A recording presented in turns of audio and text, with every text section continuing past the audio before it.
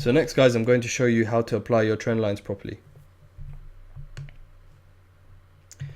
So when you are looking to apply trend lines, essentially when you're in a bullish trend, you're looking to connect higher lows, and when you're in a bearish trend, you're looking to connect lower highs. Okay, so remember that, guys, because it's very important. So you're looking to connect higher lows on a bullish trend, and you're looking to connect lower highs on a bearish trend. Okay, and the best way to draw your trend line is the low, like basically connecting the wick, the bottom wick, to the next higher low wick, as you can see here. So you would essentially connect it like that. And there's two ways that you can actually, hold on 1 second. And there's two ways that you can actually use the trend line to trade the markets. So you can either wait for a trend line bounce, or you can wait for a trend line breakout. Okay, so in this example, we only got 2 bounces off the trend line, and you always have to wait for that second bounce before you connect your trend line. Okay, you can't connect your trend line unless the second leg has played out. So at this point, we only had 2 bounces off the trend line, and then we got a break of the trend line. And as you can see, upon the break of the trend line, we actually reversed. So we actually began to drop. We pulled back slightly at this point here.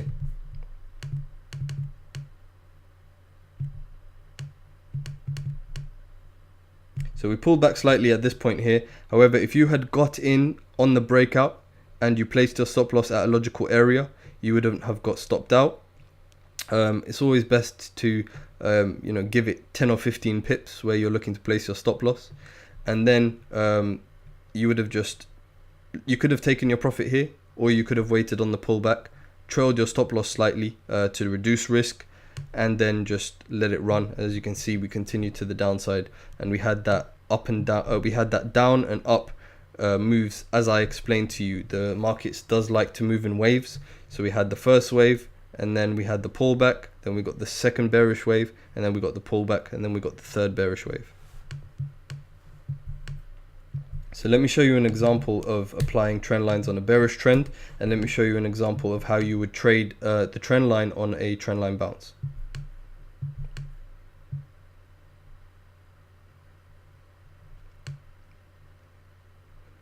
So here's an example of a bearish trend. So what you would do is you would connect the highest bearish candle, as you can see here. You'd connect it to the pullback, which is at this point here. So this is where we seen that second bearish wave. So you would connect it to that high, that lower high. So you can see here, you connect it to the second lower high, where you connect the wicks together. And then what you would do if you were looking to trade this trend line is wait for the third pullback, okay, which happened here. As you can see, after that third pullback, we had a bearish engulfing bar, and then we continued to the downside. So you always wait for the third bounce, guys, if you are looking to trade a trend line bounce. So from there to there is about 120 pips. And you would have placed your stop loss, of course, at a logical area. So does that make sense to everyone? Does everyone understand that you always connect the wick to the next lower high wick in a bearish trend, or the lowest wick to the second higher low wick on a bullish trend? I can show you an example of that right here, actually. So once again, we connect it to the lowest wick at the lowest point. As you can see here, guys, as well, we had a hammer candle here. And what you do is you'd connect it, as you can see at this point, we had a pullback. What you do is you would connect it to this higher low wick at this point here. You'd expand it out, and then you would wait for a pullback and the third bounce. And as you can see here, guys, upon the third bounce, we had a very, very nice bullish trend at this point here. So from here to here is about 240 pips you could have caught, and you could have placed your stop loss at around 50 pips. So you would have risked 50 pips to make 240 pips. Let me just check the chat. Okay, everyone's good. So that makes sense to everyone? Is everyone with me so far? Do you guys understand now how to connect trend lines properly? I can show you some more examples if you want. Let's go through a few more examples, just so the more I go through it, the better it will stick in your heads.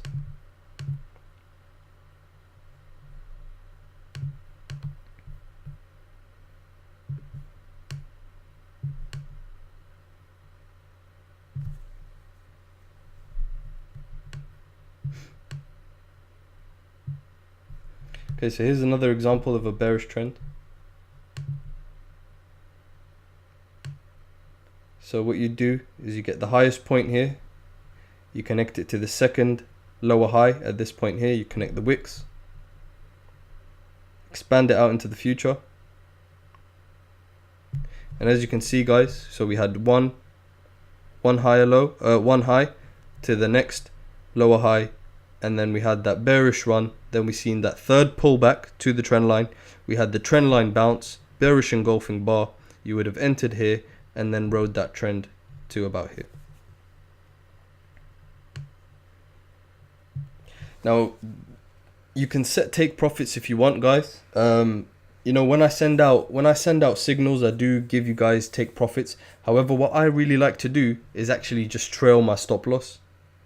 I don't really have a solid take profit area. I just literally trail my stop loss and try and maximize the amount of gains that I make. However, for beginners and, you know, just sort of or rookies,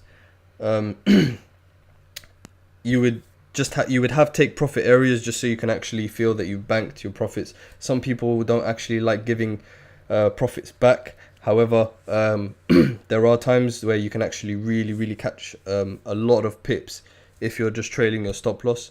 What you can actually do is enter a trade and partially bank profits at a target price, and then just trail your stop loss for the second half of the trade.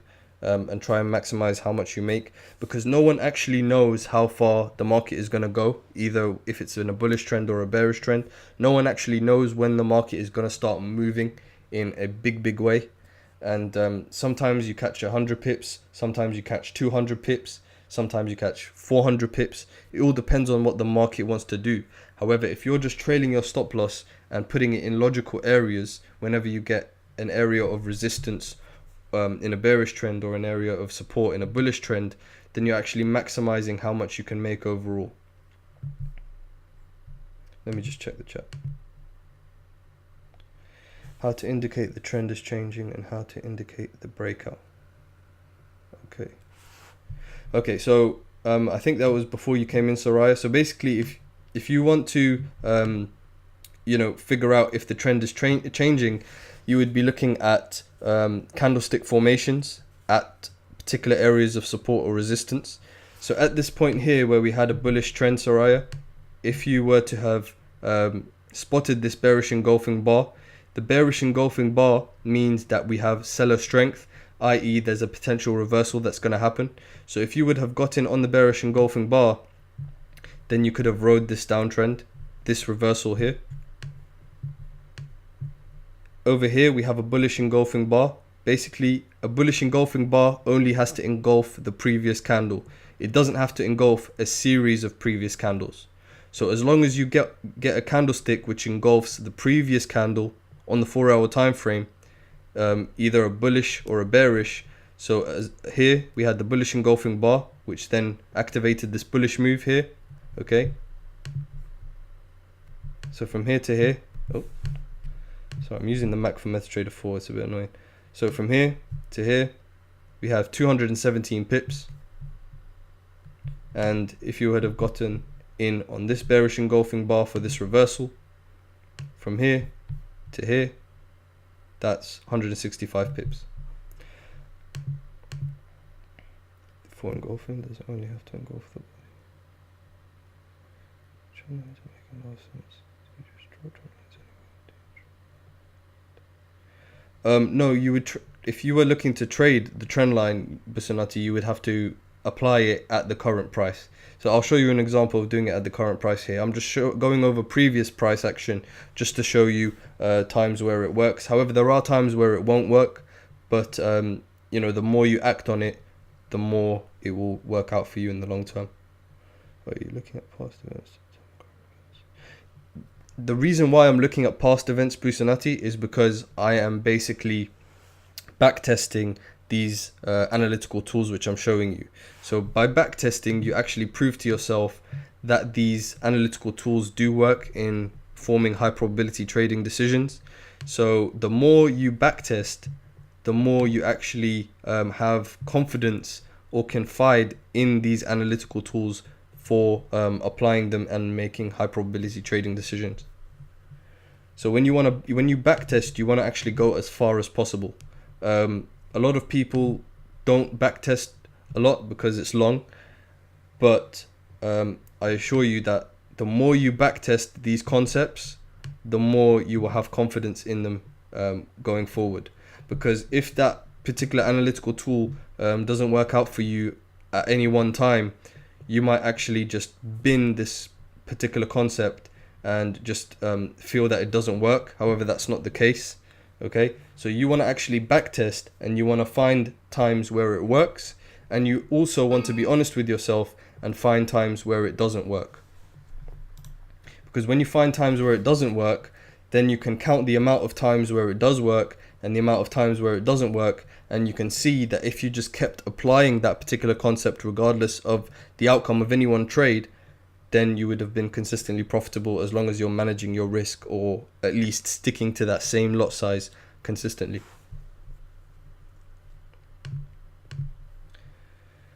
So for engulfing, does it only have to engulf the body or the entire candle? No, Louis, it only has to engulf the body. Only the body.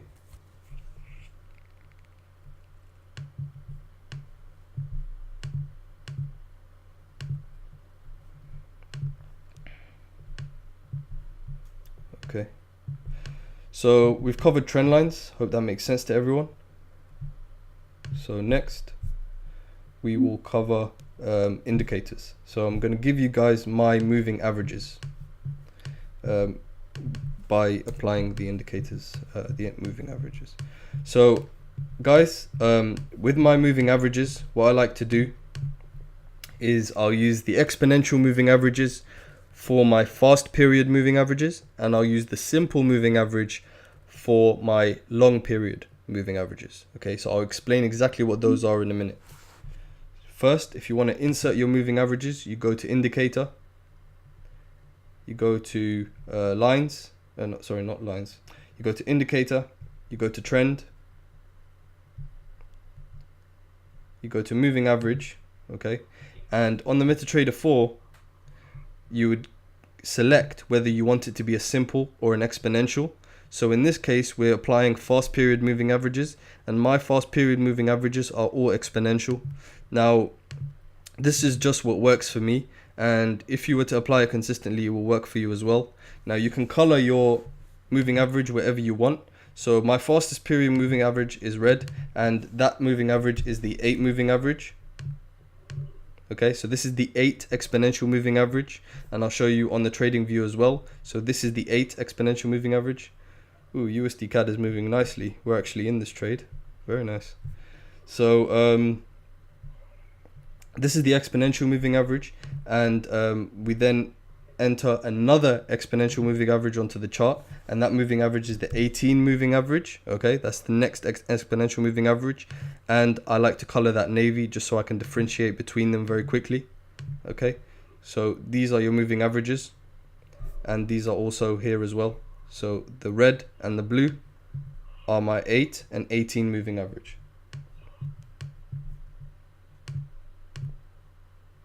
Let me just check the chat. So Rami, are you not purely a price action trader? No, I am trading. We are trading the price action, Busanati.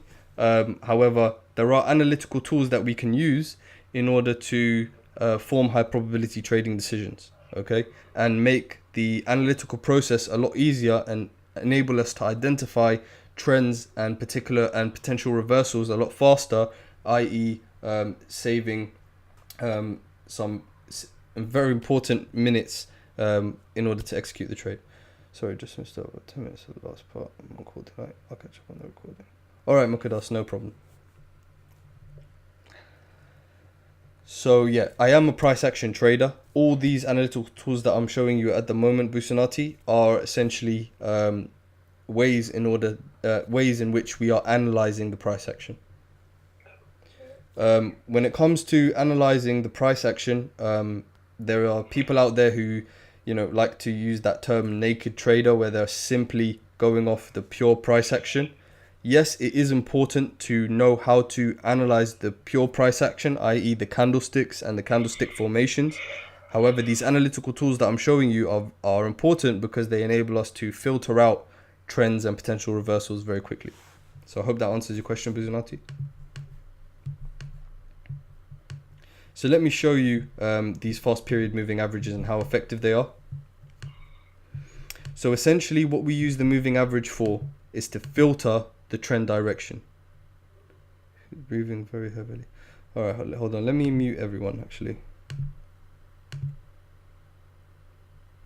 Okay. Right. So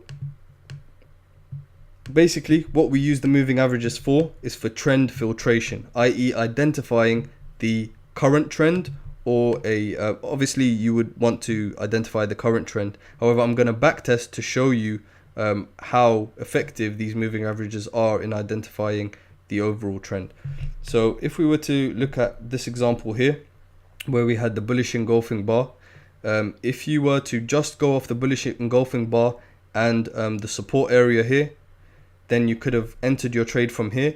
However, as you can see at this point here, where we had the 8 EMA crossover with the 18 EMA, and then we had a candle formation over here in the form of a hammer candle, okay, we then began to continue to the upside, pull back and bounce off these moving averages. As you can see here, we bounced off both moving averages. As you can see here, we bounced off the 8 moving average and continued. We pulled back slightly, did a false breakout of this moving average. However, the next candle went back into the moving average and then continued to the upside. So you can see here, guys, how effective a dynamic area of support these moving averages are in identifying the overall trend. So you could actually use these to enter the trend initially upon the crossover. So remember this, guys, you always wait for the crossover of the moving averages before you make a trading decision, okay? Always wait for the crossover. And then after that, you could have waited for the pullback and got in again.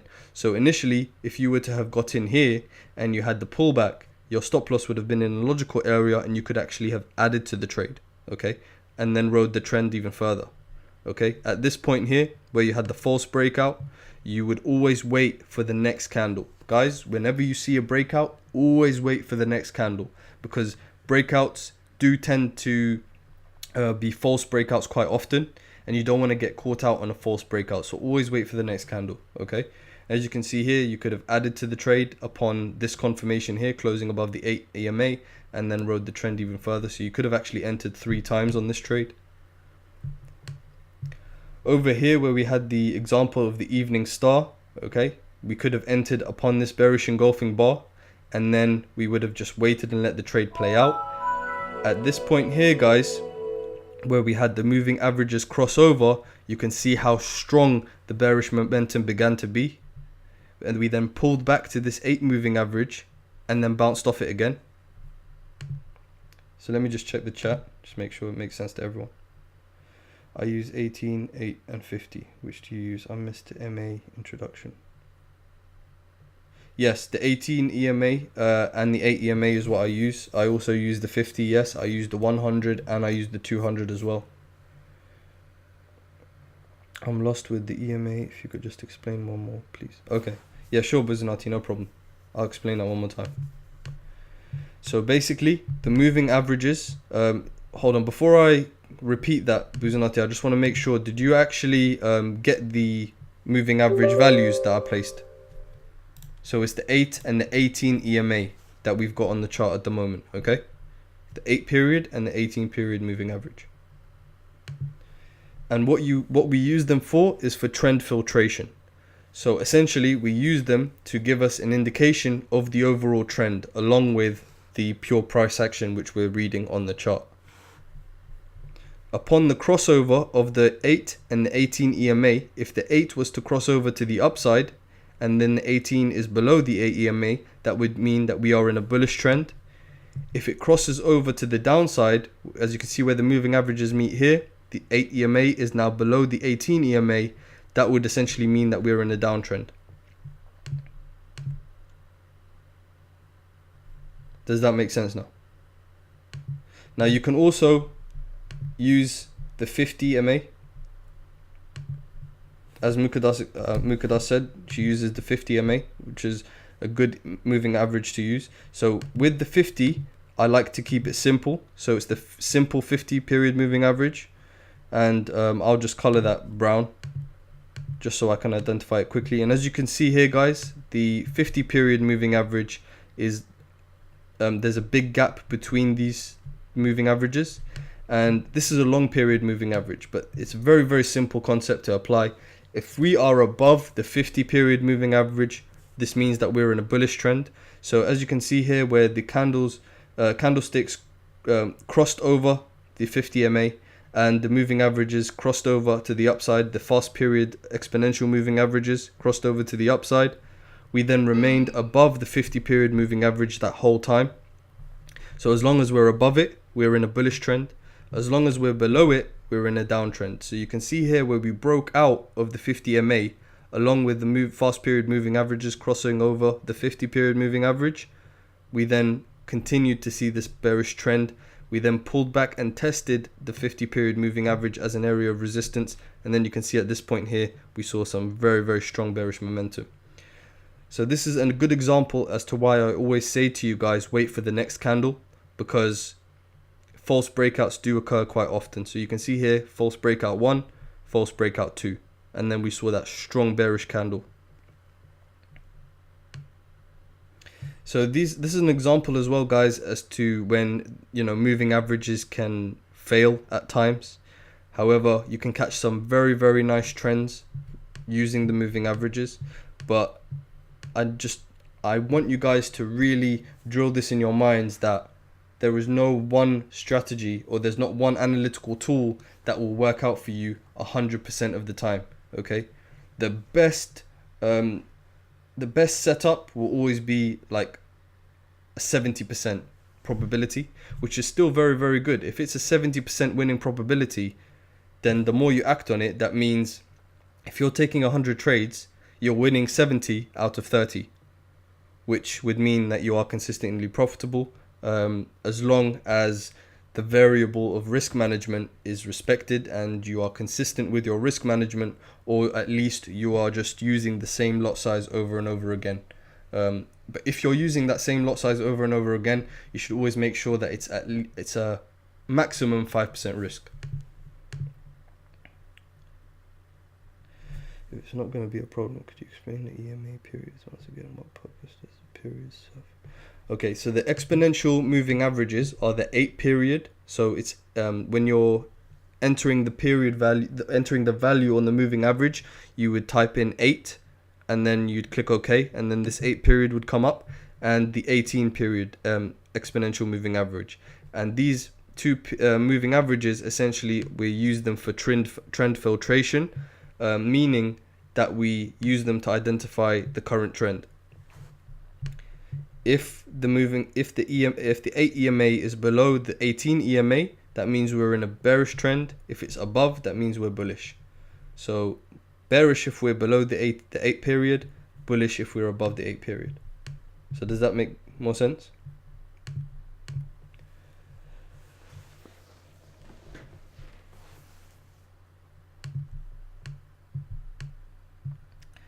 Okay, so here's another example, guys, of a very nice bullish trend. So you can see here where we crossed over, guys. We had this candlestick formation here, guys, and what this candlestick formation here essentially can be simply defined as a bullish engulfing bar. So we simply engulfed the previous candle here. So we had this hammer candle, and then we had this candle here that left a big wick. However, it's important to bear in mind at this area here, we're at support. So being that we're at support, we've got a bullish engulfing bar, and then it continues to the upside. So if 8 is above 18, then we're bullish, and vice versa. Yes, that's correct. Perfect. So does everyone get that? Because some people would essentially have thought, okay, this is gonna continue to the downside. However, guys, it's important to always wait for the next candle. This is why I say always wait for the next candle. Even though we had a hammer here, because of this candle wick, people would have thought that it could potentially continue to the downside. There's this saying that people use that, you know, they seem to think that just because they see a candle wick, it means that it's going to go in the opposite direction. That's not true. You have to take into account the body of the candle. So as you can see here, it's a bullish engulfing bar. We then continue to the upside. As you can see, EMAs crossed over at this point, and as long as the EMAs stayed above each other, we stayed in this bullish trend, and the 50 MA was also below these moving averages as well, meaning that we are in a stronger bullish trend. And as you can see, every time we pulled back to test these moving averages, we found support here and we found support here, and then continued to the upside.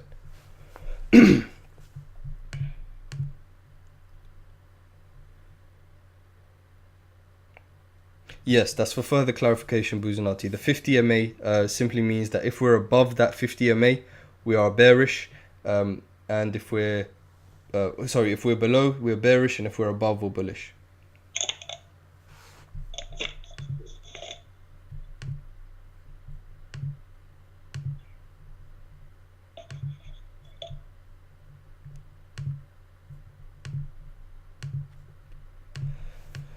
Okay, so let's see an example of a bearish trend.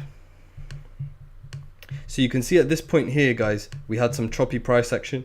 Now, does everyone know the direction in which trends can flow in? Does everyone know how the market's structure can be at any one time?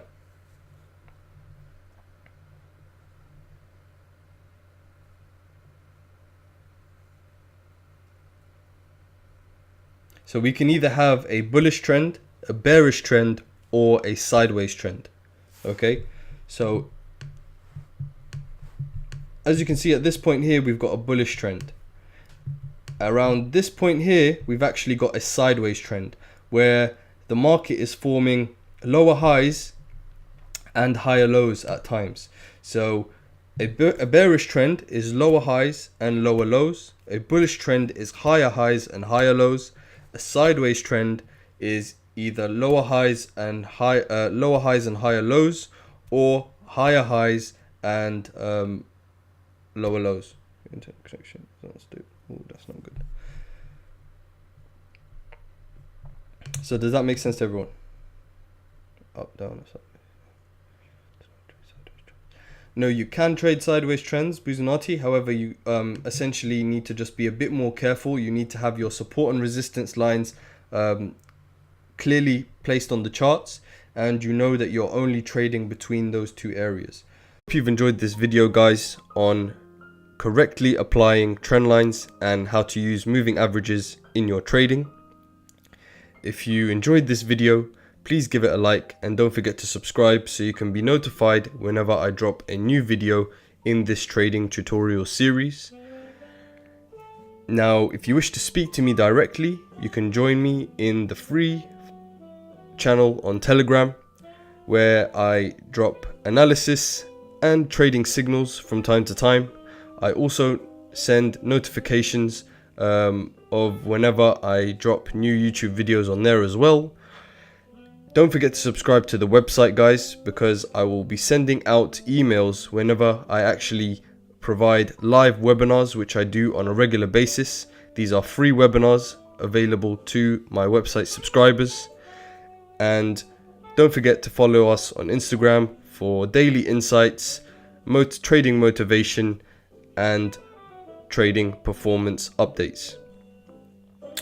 So goodbye for now, guys, and I'll see you in the next video.